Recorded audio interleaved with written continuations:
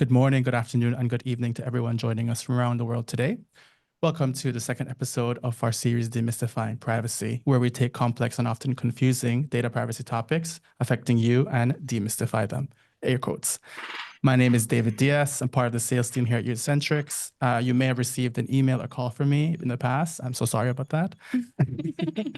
I am joined today by my co-host, Bethany Hendricks, and two very special guests. We have experts here with us, and I will mispronounce your name. Sorry about that. I have Adrian Decker, a Google Ads specialist with us, and Thomas Hi, guys. Etchell, right? Yeah, that's PPC correct. specialist. Perfect. Right. So Hi, just a everyone. quick, go ahead. Oh, he said, hi, everyone. Yeah. And the next slide.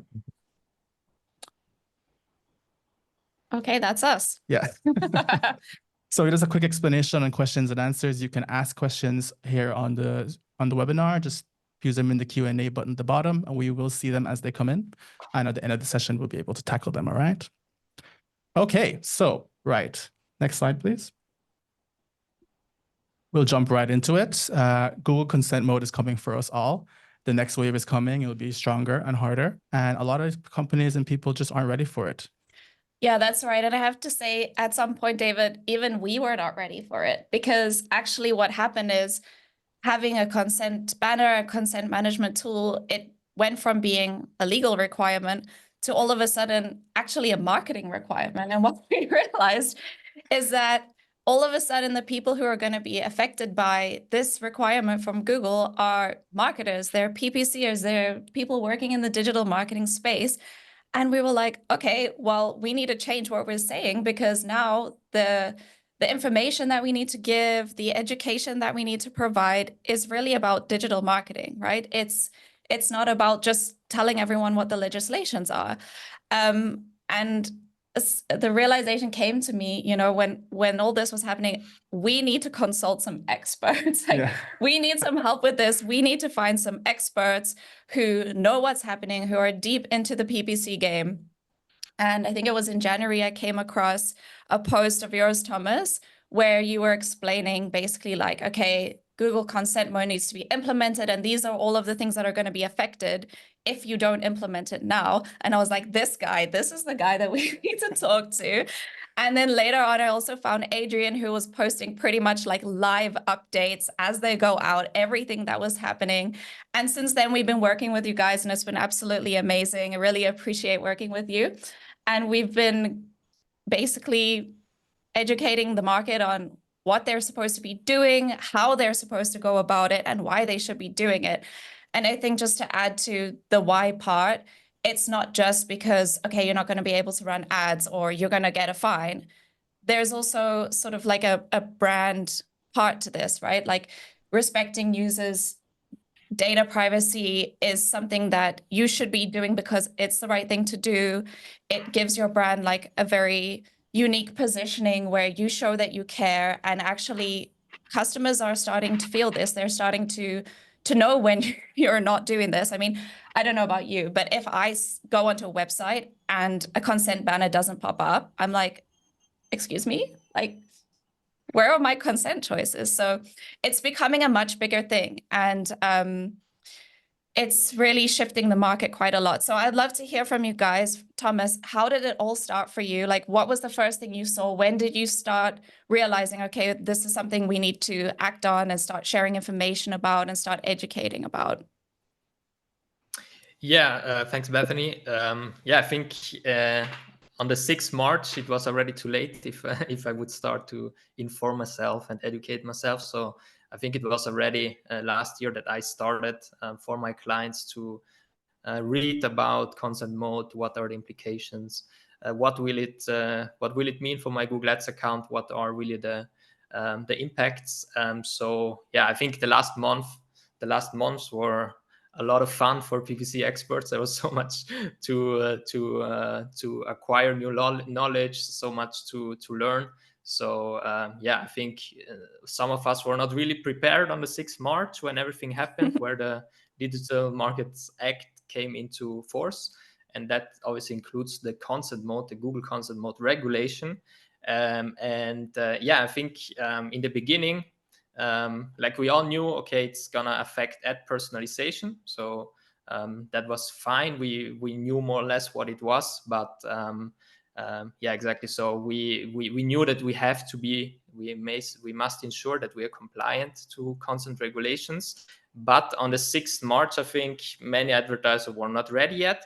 But I think in the first day, obviously, it didn't impact so much because like when we speak now a bit more technically, if you have a Google Ads audience, on the 6th March, it started to not populate anymore. So that means if you have like an audience of 2,000 people in Google Ads, then on the 6th March, it started to stop populating. So that means maybe in the next day you had 1,990. In the second day you have 1,900. So go on like this. So maybe in the 3rd week after the 6th March, maybe you came in the critical part where your audience was less than 1,000, so you could not use it anymore. Yeah, exactly. That was around April, more or less. And then in around May, I think me and Adrian, we were the ones who spread also the rumors on LinkedIn, where we saw that Google were start actively checking on if Google Ads user advertiser had consent mode implemented. And we saw, okay, staying compliant was really important here. And I remember that on LinkedIn, some people texted me and said, I don't think that is true, that Google will really start actively looking on your account and then give you a fine or something. But in the end, it was quite true that Google were really checking on all accounts. And if you were not compliant, they would send you an email or force you to take actions. So at that time, in around May, I personally saw, okay, this is going to be a very important topic and Google is very strict on it. So better to stay compliant. And then moving forward, July 31st, like the same consent mode requirements got extended to Switzerland. So it was like a broadening geographical scope, let's say, of enforcement. And yeah, like German website who got Swiss users had to be also compliant for the Swiss users. And yeah, in the last week exactly on LinkedIn, I shared the first email of a more severe action that came from Google, where Google was forcing advertisers who are not compliant yet in the EU, EEA, and UK zone to disable their conversion tracking if they don't have consent mode really active.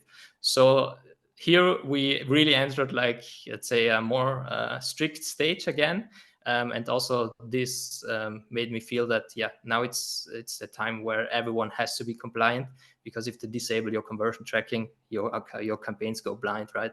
So there is no point to do Google Ads. Yeah, and yeah, I think better said, like, it's better to have implemented now consent mode to avoid any more troubles that might come even more. And yeah, consent mode is not just remarketing.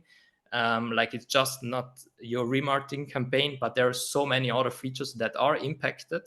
And I'm gonna show you now which ones are like the main impact if you what impacts of consent mode on your Google Ads campaigns. Exactly. So here we see, for example, obviously the first part is remarketing on top. That's what I said, ad personalization. If you have, for example, a remarketing campaign parallelly running on your Google Ads account, that's obviously affected because your remarketing list will shrink if you don't collect user consent. On the right side, we have NCA goals, new customer acquisition goals from Google Ads, that are like little settings that you can use in, for example, PMAX campaigns, where you tell your campaign that you want, for example, to bid just on new customers, or that it's more value for you if the bidding goes more towards new customers, but also you can go for existing customers. And without consent mode implementation, you could not use that anymore. There was a workaround. Obviously, you just upload your data, customer match, but if you don't have enough, like 1,000 entries there, you cannot use it. So NCA goals is another part that at the beginning we didn't really think about, because in the beginning everybody just thought, okay, I'm just pause my remarketing campaign and that's it. Then audience customization, like in the past, you could easily customize, refine your audience, your remarketing audience list. For example, you wanted to exclude purchasers, you wanted to refine, for example, last 30, like recent 30 days user in your audience, because the ones that are over 30 days maybe were too old. So you just wanted to have the ones that were more interested. You could not do that anymore if you don't have consent mode in place.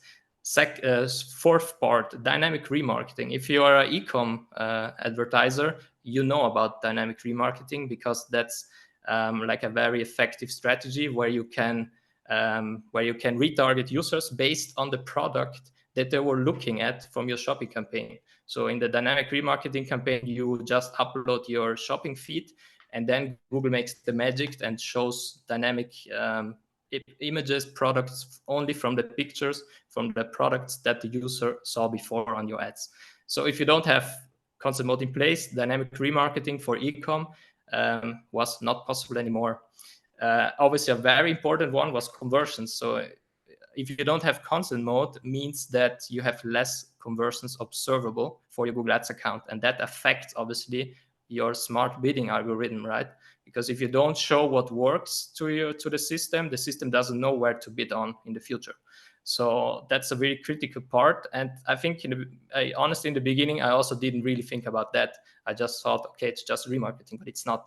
And if you don't have conversions, you don't know if you don't have all the conversions present because they got lost because of denying consent on the cookie banner. You also cannot optimize, right? Because you don't know suddenly which campaign performed better, which keyword performed, which search term performed, and so on. So without optimization, it's going to be really hard to scale your account. So that's a really important topic too. Obviously, if you don't comply with consent mode, you have privacy problems. Google will come after you. Government forces will come after you. So that's another topic that's quite important. And it's just not just remarketing. And demand gen campaigns have lookalike audiences. So those are built like from a seed of a first-party data. And if you don't have consent mode, you can also not really create your lookalike audiences. You had to do, again, the customer match uplist. Upload. But if you have consent mode, you can work on lookalike audiences and can leverage really that demand gen power of having like very strong lookalike audiences. So yeah, as you see, we all thought it's going to be just remarketing, but there's so much others that is impacting your Google Ads account with consent mode. Yeah. I have to say, it was really comical to think of a bunch of black suit wearing consent compliance officers walking in and taking people away. But I completely agree with you, Thomas, here. You know, as sales, I'm on the front line a lot with clients, and a lot of people don't know that they need Google consent mode because they think they're not using Google Ads, they're not using AdSense, it doesn't affect them. And sometimes they're quite surprised when I say, well, you use analytics, that's affecting you. And don't even get me started on all the people who use DoubleClick and have no idea that GCM affects them as well. Now, I know many of you don't know this, but I pop in and out of Switzerland quite a lot, and my poor wallet hates me for that. But also, you'd be surprised how many of my Swiss clients that we speak to that had no idea that Google consent mode applied to them either. And these are not always small agencies or bespoke companies. They're sometimes quite large established brands there. And Adrian, I think we had a chat about this in the past where we were talking about Google consent mode going global, and Switzerland was just like one more market where it's affecting and impacting, to the surprise of many of the Swiss themselves. Any insights on that for us? Yeah, so first of all, it's very interesting that in Europe, we are really on our privacy, right? So Europe is, with the Digital Marketing Service Act, with GDPR, we are, I would say, in front with every thing about privacy. So it's going global after Europe. So if you're not from Europe, you can already look at Europe and what is happening in Europe and think, okay, maybe those actions are also coming to other countries, because we have seen new regulations popping up. For example, in America, it's state dependent, but you also have other countries that are now more into privacy. And yeah, Europe is just really on privacy. So it's logical to see that it's expanding. And yeah, this is just one update where if you, for example, have AdSense on your website, so for example, you are a news website and you have banners and you use AdSense, so advertisements are coming from Google on your website, and then you get some money from that.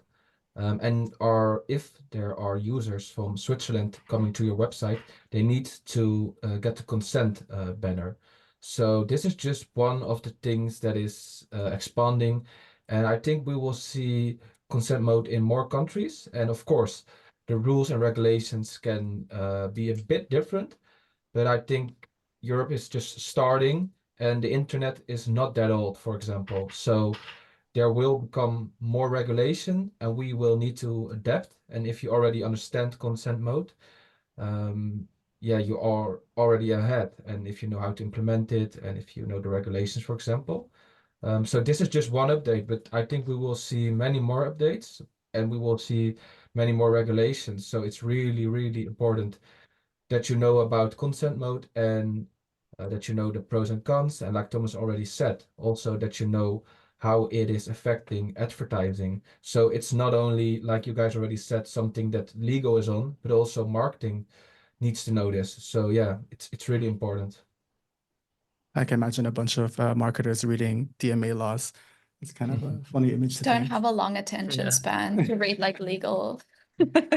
But I mean, I also have to add, it's not only Switzerland. In the EEA, it's Norway and Iceland as well for our Scandi friends. But interestingly enough, we're seeing effects around the world. I remember speaking to a client in Mexico, a large company there that has about 30% of his traffic coming from Spain. And he said, hey, why am I getting an email about consent mode in Europe? And I said, well, Yeah. the Spanish traffic users are from Europe. And we also had clients coming in from Japan, from Singapore, talking about, hey, we're getting information from Google saying that, hey, this traffic might not be available for marketing coming in from Europe. And this is something that a lot of companies around the world are starting to face now, the reality that, oh, if I even have some European traffic, or if it makes up a significant portion, it could really impact revenue. It Yeah, could really impact their exactly. marketing efforts globally. Yeah, so And they go ahead. start to see that effect, but at the end of the day, I think that in their country, these rules will also Mhm. made. So I think it's just maybe a few years for some countries, but privacy and the internet and new regulations, I think, yeah, there's going to change a lot in the future. So we are just in front and innovative, and we like our privacy. So I think other countries will follow. Yeah, it's just a matter of time, right? Completely agree.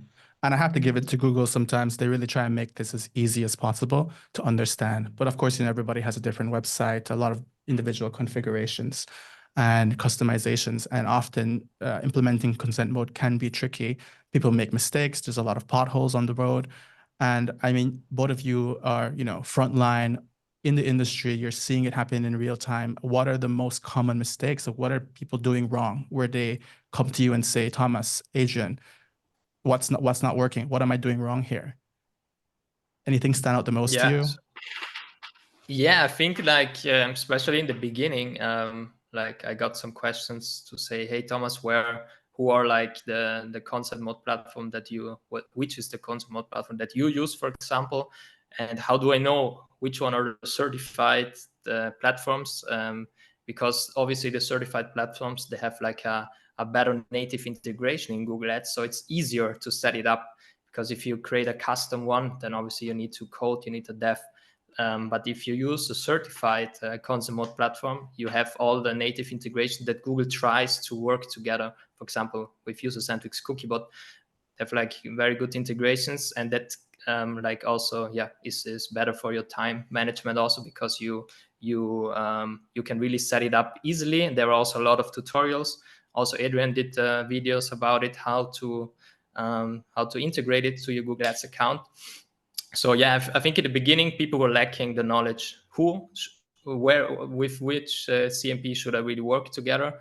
And also I think like it was later when they had consent mode implemented, they didn't know really how to verify if consent mode has been properly implemented. I think I can speak here for all PPC experts. We all had that issue where we maybe like implemented consent mode for a client, and then we really didn't know to verify if it works or not.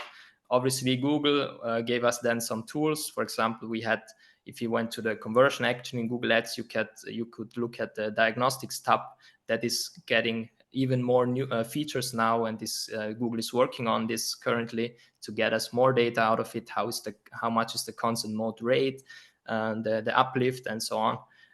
Then obviously, if you just used, for example, analytics GA4, then you can use the web stream details, for example, to see if your consent settings are properly working. So then you get like a green tick where you're sure, okay, it works. Google gets the data. And at the end, like for more technical stuff, like people can use, for example, Tag Assistant, where they can just look at the API call, add storage, add personalization, and see if the parameters are working. But yeah, I think like also next to that, where they didn't know how to verify, I think also overlooking the effect on smart bidding. I mean, that's what I said before. The algorithm rely heavily on the conversion data to optimize. It impacts the effectiveness. So also that were like lacking. We lacked on the knowledge to really knew that this is an effect on the algorithm. So it's a heavy impact. I don't know, Adrian, what do you think? What were like the most common PPC mistakes that you saw? Yeah, so in the beginning, when you were working with agencies or with clients, some clients, they wanted a certain CMP, or they did not know which CMP to use. Then you got a lot of questions. So yeah, first of all, I would recommend a CMP. It's being updated regularly, and also with these changes with Swiss traffic, for example, they can update this, right? And also with the cookie banner, the cookie banner needs to have some rules, right? And you need to, for example, if I do not want to give consent anymore, I need to have the option to change it, right? And some of these custom solutions do not have that. So for all my clients, I advised custom CMP. And also because it really works well in Tag Manager, right? You can see in Tag Manager consent codes, and it's really easy to implement, for example. So that's also why I like it a lot. And this is also for PPCers, if you work with Google Tag Manager, it's really easy to implement it. But you need to have a look at some things. You do not want to load any other tags before the cookie, the CMP, is being loaded. So that was one mistake that I saw. Then also some people, they did not change the additional consent for the tags that do not work automatically. So the Google tags work automatically. You do not need to have any consent in Tag Manager if you're using the advanced mode. But then for Meta, for example, you still need to make some adjustments. And some people think they just install Cookiebot, for example, and then it's done, right? But for some things, you still need to add analytics or advertising storage, for example. Then they forget that. So I think those are two mistakes. So loading other tags earlier and not giving the right parameter to, for example, the meta tag. So not doing anything with it, right? Those two. And I also think like what I saw later on, for example, speaking about non-European accounts that had like let's say a lead gen campaign running on Google Ads, and then they have like Dubai as targeting, and then they want to also target like at the location on Google Ads for, let's say, Germany, and then suddenly they get flagged by Google and they don't know what happened. So what David said before. So that's really important because I saw many just adding locations in Google Ads on their campaign, and then suddenly they get flagged, or even like strictly flagged, and saying that they will disable their conversion tracking just because they add the location and didn't know about it. So I think like that general knowledge that you cannot just add now locations from European countries that have a consent mode regulation. That's also very important to know. And I think non-European advertisers don't know that because they've never heard about it. But obviously they don't need to know it. But once they add the locations, they get flagged immediately, and then they have a problem. So that's also a big mistake that is currently happening, what I saw. Yeah. And yeah, I also think not utilizing first-party data more effectively. I think that's also a problem right now. Many other advertisers are missing that opportunity to upload customer match lists, first-party data, just to fill the gap that is left by the consent related data limitations. So so people should use more first-party data, and I think there's also a bit of a lack of knowledge about that topic. Yeah. same. So there are a lot of places where it can go wrong. Interesting to hear about all of those. So as the experts, what advice would you give our listeners on what are the skills they need to have, the tools that they can use, and the strategies that they can put in place to overcome making all of these mistakes? So yeah, first of all, the skills and tools for a more privacy-led marketing future. Understand how you need to work with Google Tag Manager, understand when cookies are popping up and how that process is taking place. So if you're currently using cookies and you're not sure that they're working correctly, start using the inspect tool in Google Tag Manager and see what it's doing and if you're getting some errors, for example, and also decline the cookies and see what is loading, how it's loading, for example. You can even dive a bit deeper and use the inspect tool, and then you can get some codes, right? I know there are some articles online about that, and then you do not even need Google Tag Manager. This is a bit more technical, but it's interesting to develop a bit more technical skills maybe, and to also work without Google Tag Manager to see how it works, right? Because Google is giving codes in the inspect tool, and you can also delete the cookies again, and then you can just load your page again, and then you can get reject or accept, for example.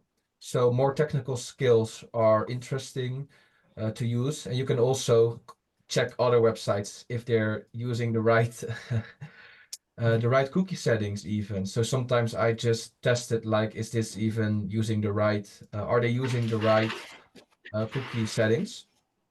Then the second for me is understanding the GDPR, and you do not need to understand every aspect. But for example, I see a lot of things going wrong with the cookie banner, right? People, they use colors to nudge to more accept rate, or they will just give you not the right options. And then you're also nudging people into accepting cookies, and that is not what the GDPR rules want. They just want people to choose for themselves. And we are seeing more fines happening. In the Netherlands, there are more controls. And I think a few weeks ago, there was a big fine for a company, and they will check this more. And then you can get into problems. Yesterday, I even had a call with somebody who said, yeah, I saw the fine, and now we've just changed the banner to just make sure that we do not get into any trouble. But some big companies are still using banners that are not GDPR approved.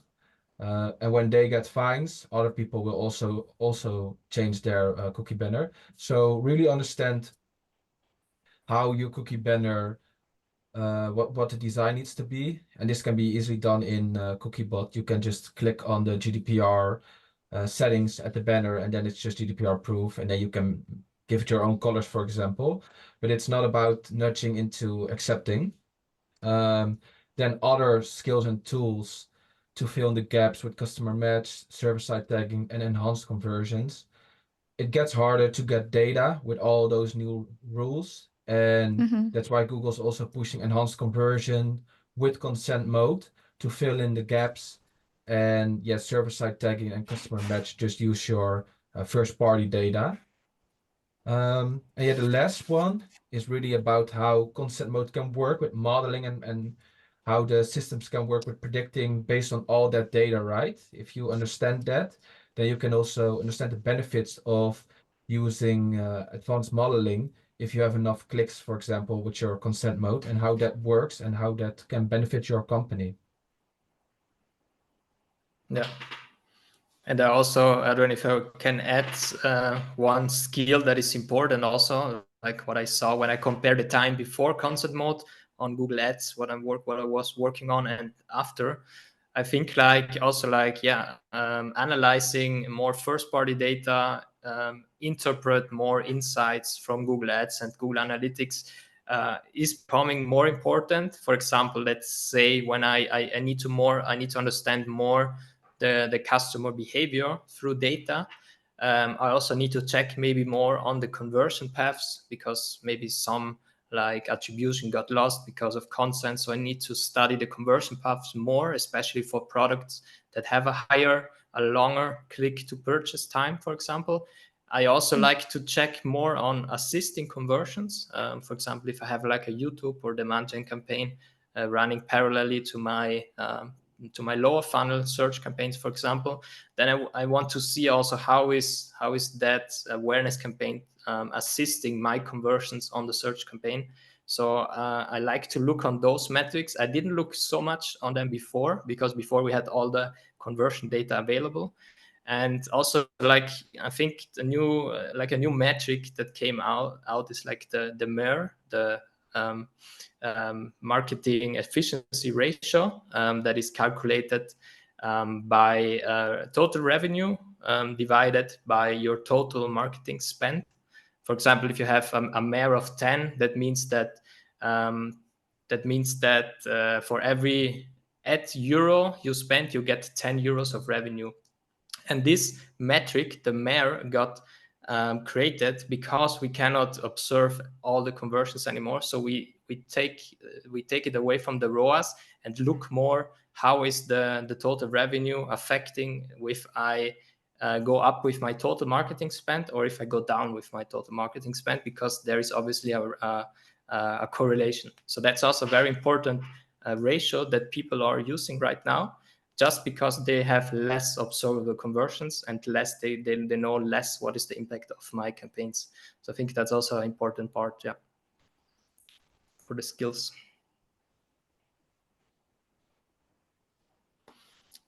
So Thomas, what are your skills, tools, and strategies that you think are needed for privacy-led marketing future?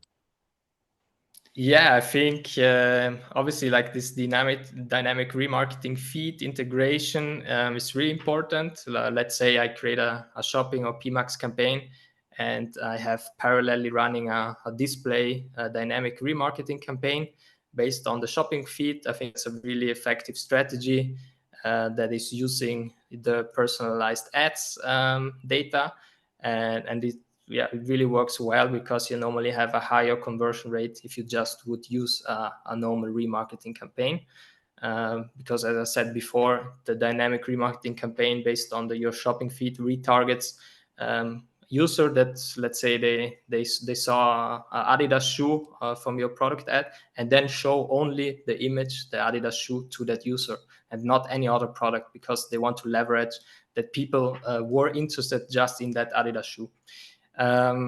Also, second part is segment audiences based on behavior. For example, if you divide your audiences into specific segments, for example, first-time visitor segment, repeated user segment, abandoned cart user, then you can use those individual remarketing segments better for tailored ad creatives. For example, you want just to make a strategy, just want to retarget the users who abandoned the cart, just users who repeated buys, and you want to send them another promo link, whatever. So if you really segment remarketing list based on behavior, you have a better conversion rate at the end, because you can really tailor your ad and what you want to show them. Because I think not many advertisers are doing that, because they just have maybe a remarketing list for recent users of the last 30 days, and that's it. So they don't really segment based on behavior, and that's a really good strategy you can use for retargeting.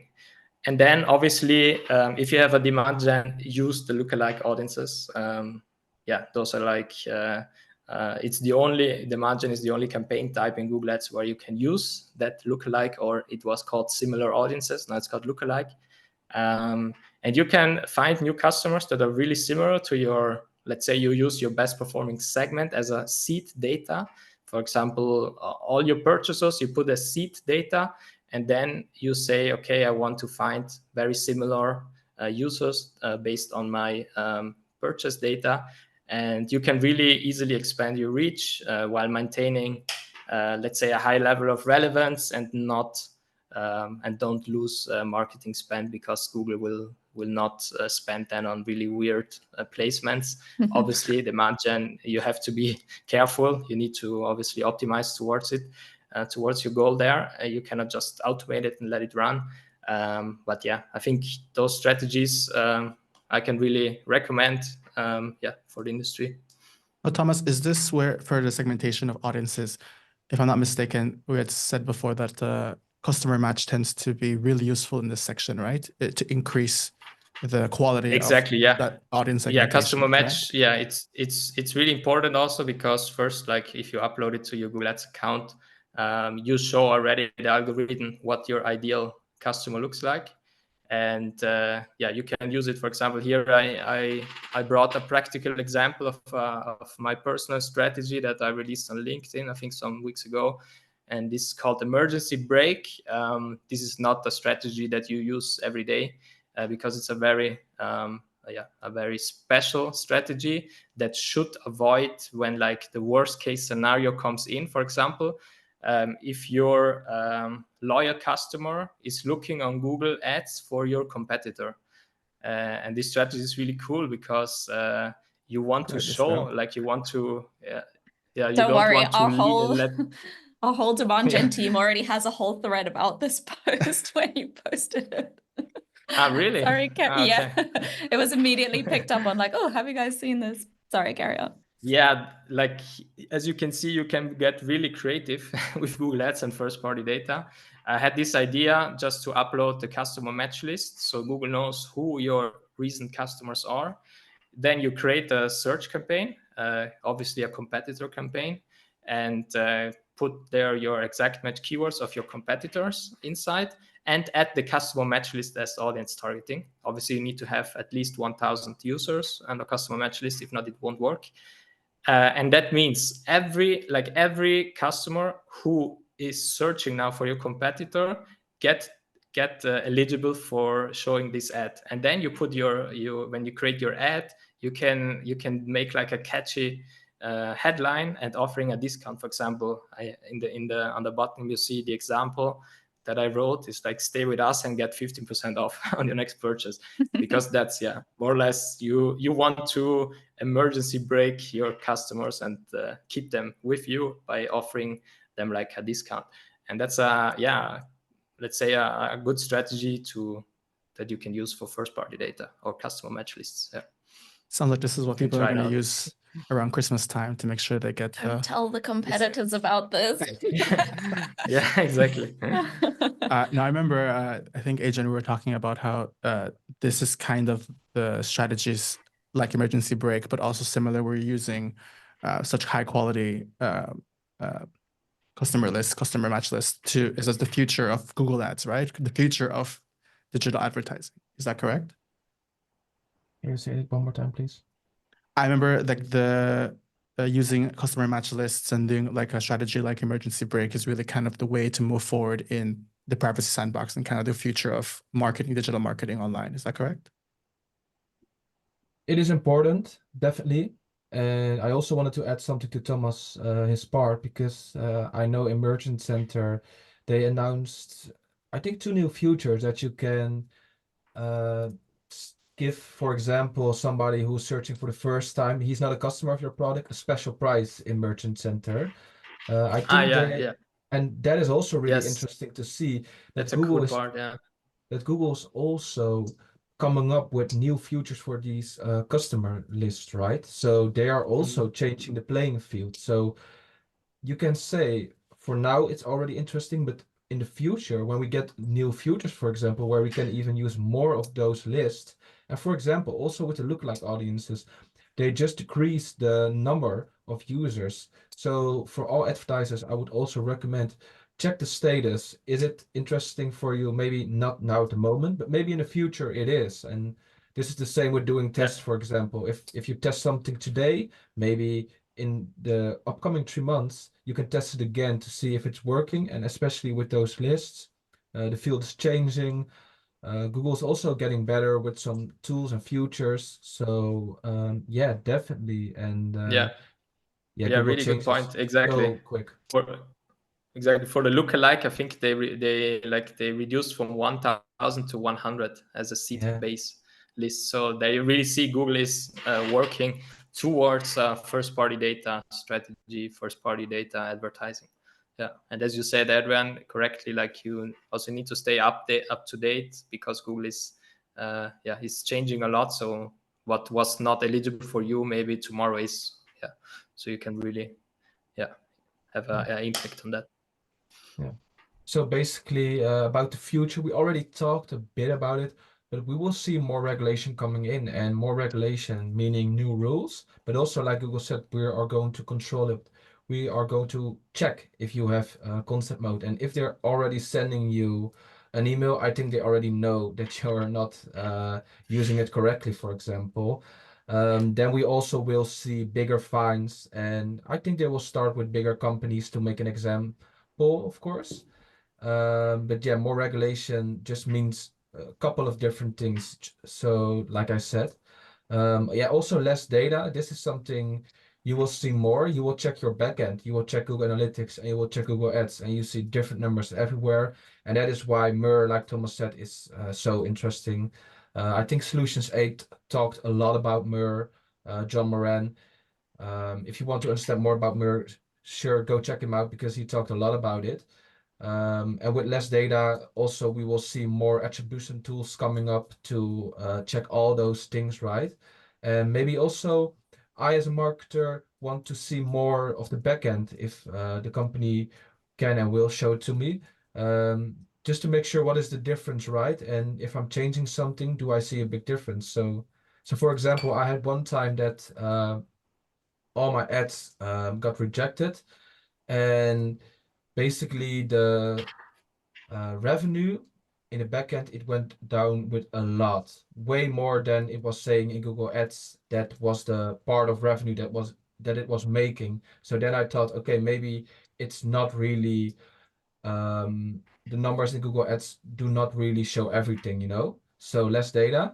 And I also think more investments in own data and tracking. So with those tracking solutions, for example, server-side tracking, but also making sure that you can use data layers for enhanced conversions, for example. Yeah, that you have those customer lists, and also with those customer lists, for example, that you have the right connections for those lists so that it's being updated frequently. You know, also use best practices with all those tools. And then the last part is really interesting because Google said it's not going to depreciate cookies, but what are they going to do with the privacy sandbox right now? They say they will come up with something, but it's still vague, and we will get to know more. We will get more clarity on the privacy sandbox. I don't know what's going to happen, but that's for sure that we're going to get more clarity on that. Do you Yeah, want to add definitely. anything, Thomas? Yeah, I think you said a lot here and everything correct. Obviously, I also think like less data is obviously not just a problem, but can also be opportunity for new strategies, new attribution tools to come up. And yeah, obviously this is going to be very dynamic. And in the last point, yes, I think since Google like said first, yeah, we're gonna depreciate third-party cookies, then they didn't. Like first they postponed, now they didn't. Yeah, I think there's a lot of information that is still hidden from us that we will need to face in the future. We need to stay updated. Yeah, and one day maybe we have more clarity about it. But I think, yeah, this is it. I think regardless of the cookie depreciation, Google seems to make it quite clear privacy sandbox is not going anywhere. It seems to be Yeah. their way forward. And we're seeing it a lot with all the new regulations popping up everywhere, that it's a little bit easier for Google to have one consistent consent mode, privacy sandbox, Yeah. than to say make something for every single market, right? Yeah. And go ahead.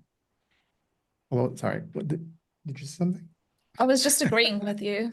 Okay, perfect. And I want to add that, consent mode, while it seems daunting and a little bit confusing, once you have a good CMP, it definitely helps a lot. And of course, we have to offer and promote that we have a great consent mode course. Oh, we do. So we launched it. Oh, I think I haven't refreshed the slide. So we launched our consent mode course a few weeks ago, and it's free for anyone to join. So all you need to do is scan this QR code and you'll be on the landing page, and you can take part in the course that we created to educate our users specifically about consent mode, what to do, how to implement it. The course also takes you through how to implement it with both of our products, User-Centric's Cookiebot and also User-Centric CMP. So yeah, sorry that the image didn't load. That's my fault, but please scan the code and check it out. And just to close it off here before starting questions, there's some key takeaways from the webinar today from Thomas and Adrian. And a big one is consent management is not just a nuisance. It's really important especially for marketing returns nowadays. It's actually absolutely critical. Ad personalization is impacting the way Google Ads features are working. And it's not just about remarketing, it's about performance as well. And Google Consent Mode, while it can seem intimidating, can be easy to implement and is a must-have for Google services, not just advertising services, but the entire suite of marketing that Google offers to its customers. It is absolutely critical, I think. Yes, and if you are confused or you do need help, we have some great experts who can, of course, help you. Exactly. Now let's jump into a quick Q&A and see what's going on. Okay, I'm going to stop sharing and I'm going to open the Q&A. Here it is. Okay, first one I can answer. This isn't expert required. Are you recording this session? Yes, we're recording it, and everybody everybody who registered will get the recording in an email. Perfect. Okay, next question. You want to go? Should I go? You can take it. Okay. This is a Google initiative to preserve data for running Google Ads. However, implementing consent mode is also needed to gather and use data on other platforms. How are you seeing this being implemented for running Meta ads? Will they also start using specific consent tubes like ad user data? So you can already adjust the text, right, in Google Tag Manager, but what Meta is going to do with the data, and if they also have something like observed conversion modeling or conversion modeling, that is something that I don't know at the moment. But you can already adjust the text correctly, and what they do with the data, and if they can model conversions, that's I never heard about them modeling conversions, but I'm more into Google Ads. Yeah, so exactly like in Tag Manager, you can adjust your consent settings, obviously, what you said, Adrian. And yeah, for consent modeling, obviously, Google has consent modeling, but the thresholds are really high. So it's not for small advertisers. So you really need to have a lot of spend to have conversion modeling going. But yeah, conversion modeling is, I think, the limitations, the entry limitations is getting smaller. Google is working on that. Obviously, wants to have more data, they can model better. But now in the beginning, it's pretty high. So, but yeah, I also don't know if Meta has any consent mode because I don't work very little with Meta, only Google. Yeah, the same with if they would disable your conversion tracking, for example. That's something I never heard about with Meta, for example. So I don't know what rules or regulations they are going to give to their advertisers, for example. I never heard about anything about that. I think they're still behind. I think Google is one of the first advertising companies really investing in this. They're also the biggest. I heard Microsoft just launched something a few weeks ago with consent mode, but never heard anything about Meta. They will come up with something at the end to make it work for them. Correct. On Microsoft, I think it's called Universal Event Tracking. It's just their version of consent mode that they're really rolling out for GDPR compliance, which goes to show the impact really of consent mode and how it's affecting all the advertisers. I think they just copy paste Google probably again. Like the interface. David and I have no comments there. Okay. Okay. This question is a little bit carrying on from the last question and something that you already spoke to, Thomas. So the question is, for smaller clients, search only, if they don't have 1,000 customers, they can't upload a customer match list, or can they upload the 100 list for the lookalike? Yeah, so they can upload 100 for the lookalike if they want to run a demand gen campaign, but not a search campaign. So that's the big difference. Like a customer match list has a 1,000 entry points entry barrier, and then you have first-party data that's working also for search. But if you use demand gen campaign, then your customer match list needs to have 100, but it's just the seed list for your lookalike and not like 100% you're targeting, obviously. So that's the answer. Yeah. I think for display the audience is smaller, right? I'm not sure Display how can much be, it was. yeah. There are like some differences between the platforms. Yeah, I think YouTube has small, but I don't know them by heart. Yeah, I think display was something around 200, maybe 250, something like that. So you can also check that to see if you can start working first on those that inventory from Google. Yeah. Okay. Okay, next question. If I didn't implement consent mode, my current Google Ads performance is also going to be affected. For example, last month, I think my Google Ads performance is performing really well, but this month it suddenly dropped, and it's not only happened on one account. I think we know the answer. Yeah, so obviously this will impact obviously your conversion tracking, your optimization. Like I don't know what last month means, because it should already be impacted. Let's say like consent mode started 6 March, so normally in April the first impacts were showing on the accounts, because as I said before, the audience list is shrinking below 1,000, so it cannot serve anymore. But yeah, if you don't have consent mode, and you should have it because you're targeting users who are eligible for consent mode, then obviously this will impact your performance. Maybe last month, if it was really last month, you were lucky and had really a lot of, let's say maybe have a cookie banner and everyone accepted, so you have good conversion data still. But yeah, maybe this month you had another acceptance rate, and obviously if you don't have consent mode, then the data goes blind. Mm-hmm. Okay. Okay. We have another one. Do you think that most Google advertisers are small businesses that don't have any clue or care about this technology changes? Is it in Google's best interest to be working on to provide solutions that don't require you relying on technical skills or working with agencies? Do you agree? Yeah, of course. Ooh, This is spicy heavy one. stuff.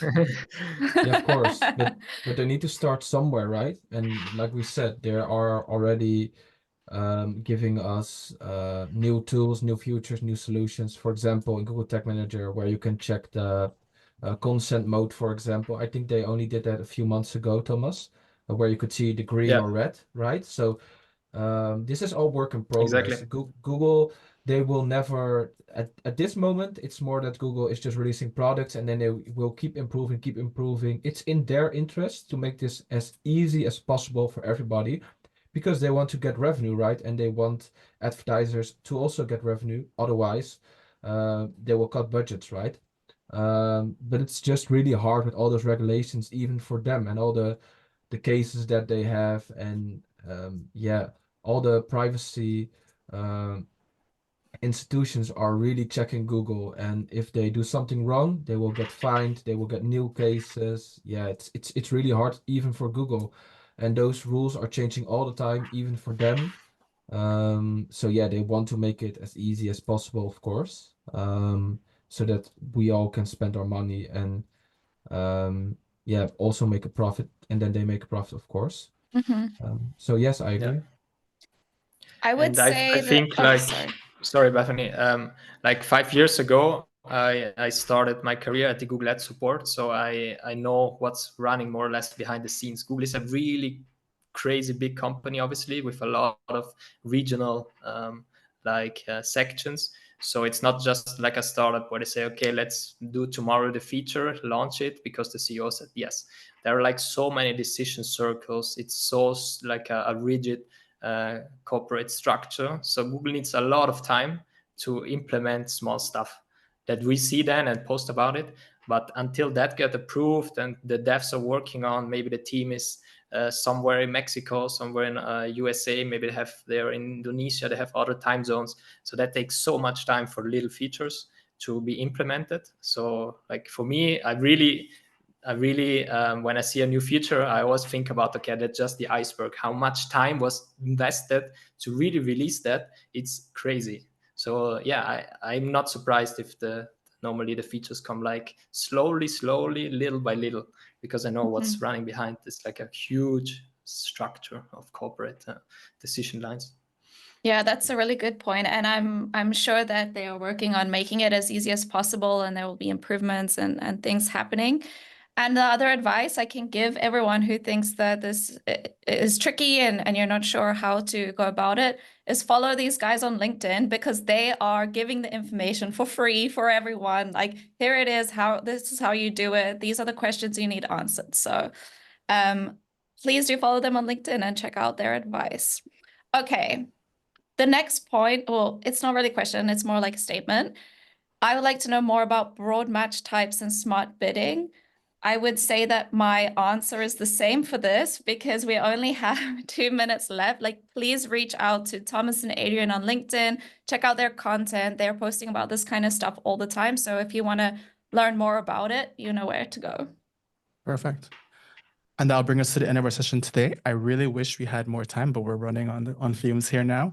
But keep an eye on the space for our next episode of Demystifying Privacy.